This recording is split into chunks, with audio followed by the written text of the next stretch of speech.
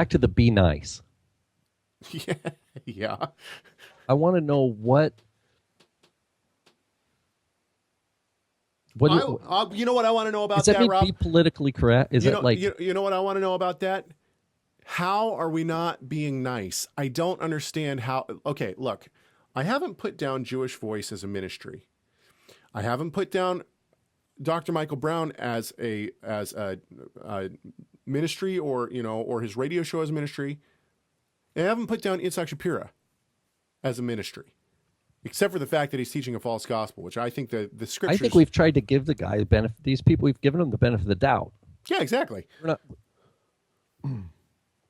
So I mean, look, if Jewish Voice takes offense to the fact that we called them out on endorsing what we think is a false gospel, respond to it.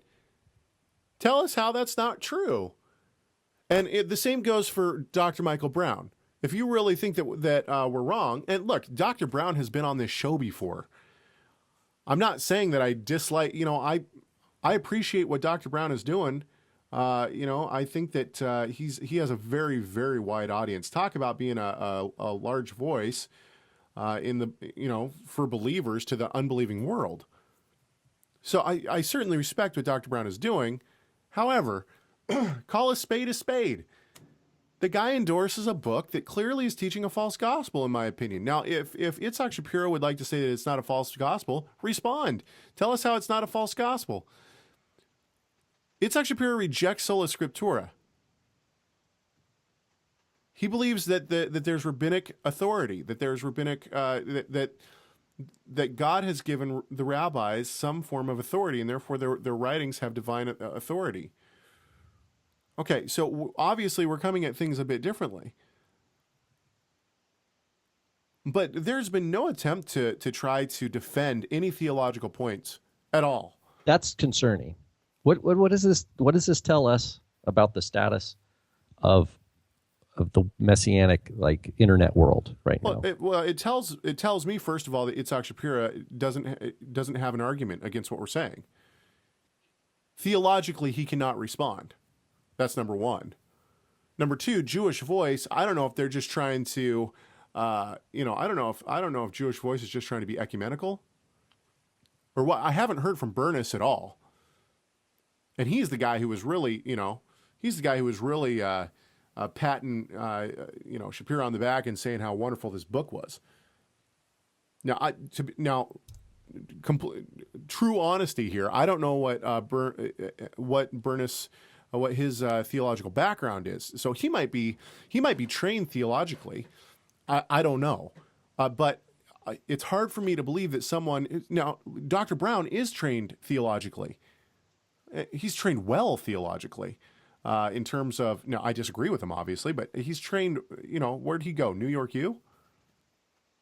NYU, which NYU, is a prestigious, they have a very prestigious Hebrew and Jewish studies department. Very prestigious. So what I can assume about what I have to assume about Dr. Brown is one of two things. A, he either has not tried studying the rabbinic literature and who and what Metatron is.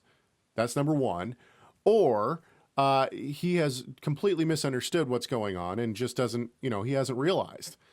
That's the only way that I can, in my own mind, try to wrap my head around Dr. Brown backing all this. Bernice, on the other hand, I don't know if he's theologically trained, and therefore he might not quite understand what Shapiro is saying. One thing I don't believe is that Dr. Brown and Bernice are both saying that they agree that Yeshua is Metatron. I think that that's not what they're saying. I think that they just haven't realized that the implications of what Shapiro is saying. Shapiro, on the other hand, is clearly saying that Yeshua and Metatron are one and the same. Well, and there's the anachronisms, the use of these authentic Jewish tools. I'm using the quote marks here, or you without which you can't understand who Yeshua is, or you won't discover the true Messiah. I'm surprised that those claims made it through Dr. Brown's filter. That was a shock to me. It's like he's he must. My only way to think of it is to keep the view that Dr. Brown didn't actually take time to carefully read the book. He might, maybe read a couple pages and did the interview. Well, the question, back to the whole nice thing, why do we need to be nice? What would it look like if we were nicer? I mean, any ideas of what it would look like if we were nicer about it, Rob? Does that mean back down from what we're saying? Or I went back this morning and reread my review that was posted, and I was like, okay, is there anywhere in here? Oh, they don't care about the review though. Yeah, that's not what they're saying is being mean. That's not what they're interacting with. Shapiro is very upset that we would say that a Jewish Voice has done something wrong. But in my mind, they get on air and they say that this book is great. We'll send you a copy if you donate $40 or more. So to me, I mean, why were we unnice to Jewish Voice? How is that unnice? They're the ones who backed Shapiro and his book, and so did Dr. Brown. And I would say the same to anyone who got on the same thing. Now I didn't go back and Sid Roth. I mean, come on, Sid Roth. I think everyone kind of knows that Sid Roth. His whole show is about trying to find stuff that's not normal. You know what I mean? And he's got some really weird stuff on there. He's got guys who believe in, anyway. So, I mean, I didn't even pull the stuff on Sid Roth, but, I don't see Sid Roth necessarily as the Messianic whatever. I see him more as entertaining conspiracy theory things a lot of the time. And he's straight up had heretics on his show. So, I guess that's in a different category to me. Whereas someone like Jewish Voice, their whole thing is that they're trying to put out stuff to the Messianic world that is, it seems like they even say that they're trying to promote Yeshua as the true Messiah. So it goes against that mission statement, essentially, to say that, and then push a book that says that Metatron and Yeshua are one and the same. But I would say anybody who's pushing this book seems to, I don't know, seems to either be missing something or whatever. But once again, it's not about being nice. I don't understand how we've been not nice to Jewish Voice or to Dr. Michael Brown. Some people would consider that a kind correction, a kindness.